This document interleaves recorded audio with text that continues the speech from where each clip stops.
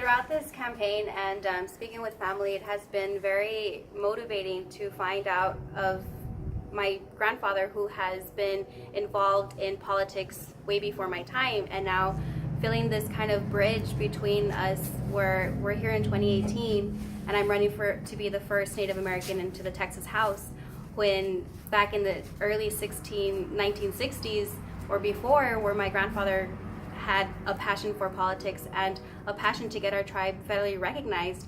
And I thought that was very neat to learn through this whole campaign, and has really brought me back down to my roots as a Native American person. So my mom knows the story of the efforts that my grandparents did, especially my grandfather, in getting us recognized.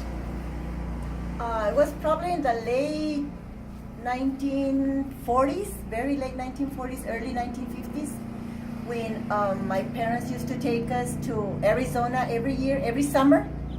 When school was out, every summer we would drive to Arizona, and my parents would pick cotton. My father made a lot of friends with tribal members, different tribes in Arizona, and they pick cotton for us to survive over there.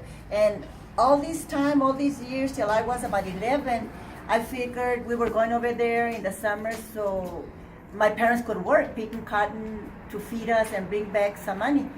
But little did I know, as I was growing up, that much later I learned that the reason my parents were going to Arizona was because my father wanted to get information from other tribes that had been recognized so we could get recognized.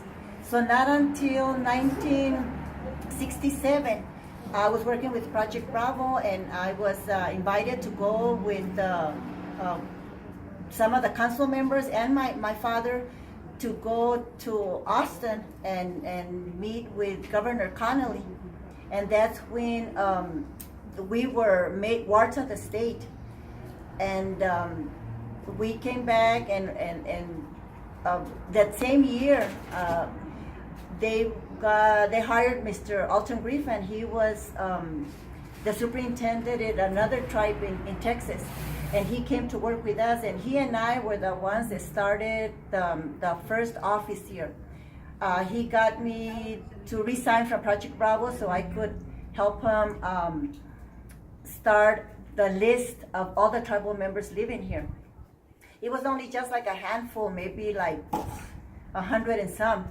And then later the people from California, people that had moved away, came and registered. So we're now up to over 1,000, but it was through the efforts of my parents. And my father was very instrumental in getting us recognized, and he was so involved in politics. He loved it. He had us when we were very young. He had us at the church because that's where they voted, and he handed us cards of the people he was going for. So we learned from him. And he was very active in politics. And I told MarySue, oh, MarySue, my dad is right here, so proud of you. He's right here next to you, helping you, because that was one of his things, politics. And now that you're in politics, I said, oh, my parents are so happy up in heaven. They're probably here next to you, helping you win.